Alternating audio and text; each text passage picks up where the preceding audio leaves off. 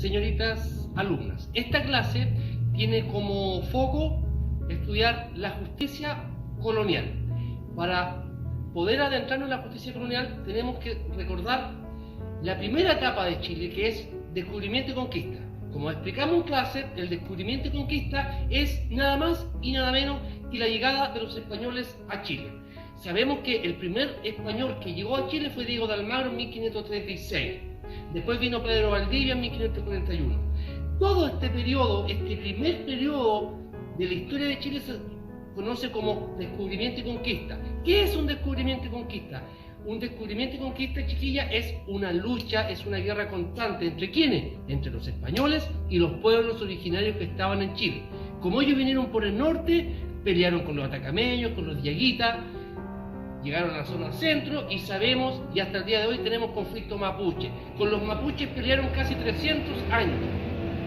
Esa conquista fue violenta porque los mapuches empezaron a irse hacia el sur. Llegaron hacia el sur, conquistaron Angol, Purén, Villarrica, Valdivia, Osorno, todas estas tierras. Se dieron en estos momentos fuertes luchas, se empezó a generar un variopinto cultural y de mezclas raciales porque los mapuches se empezaron a mezclar con los españoles y viceversa. Sabemos que esto fue por la fuerza, los españoles con las mujeres mapuches. Se empiezan a generar, chiquillos, en este periodo de conquista, de guerra, todas las razas que teníamos en Chile.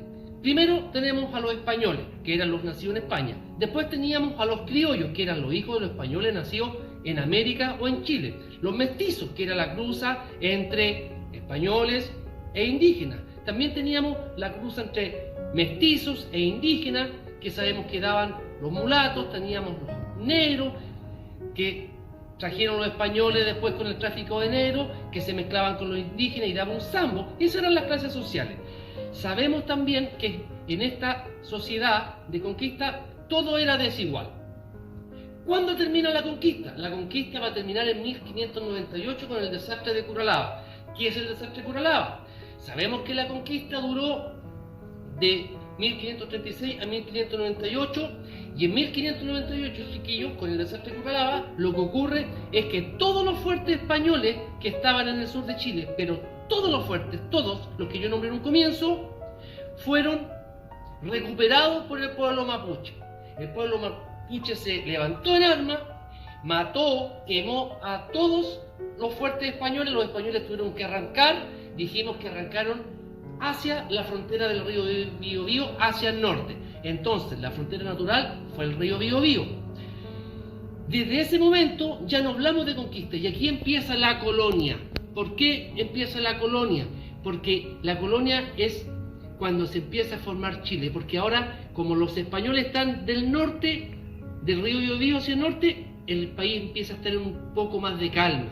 Empiezan a fundarse las ciudades, empiezan a darse relaciones fronterizas, empiezan a crecer estas ciudades, chiquillos, y cuando empiezan a crecer estas ciudades empiezan a ver los problemas que tienen todas las ciudades. El vagabundaje, los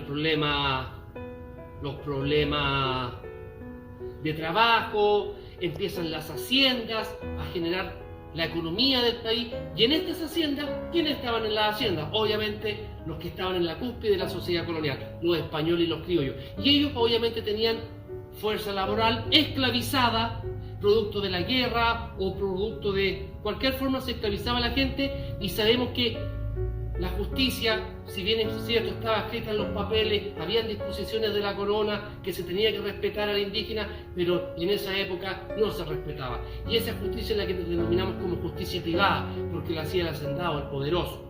Mientras tanto, la colonia seguía funcionando, y una de las organizaciones jurídicas principales de la colonia sabemos que es el Cabildo. El Cabildo era una agrupación de gente, españoles y criollos, que estaban a cargo de la seguridad del pueblo, de que existiese agua, de que existiese zapatero, herrero, estaba a cargo de todo. Dentro de estas facultades también los cabildos se preocuparon de la seguridad, y dentro de esta seguridad crearon la ronda. La ronda era la seguridad que se daba por las calles, que estaba llevada a cabo por el sereno.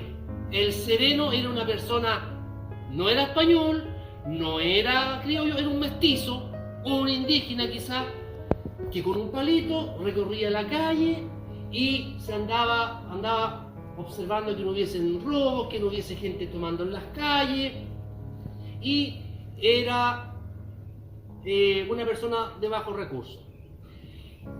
En 1750, cuando ya había la colonia avanzado, aparece otro grupo, el Cabildo nombra a otro grupo, pero más de élite de seguridad.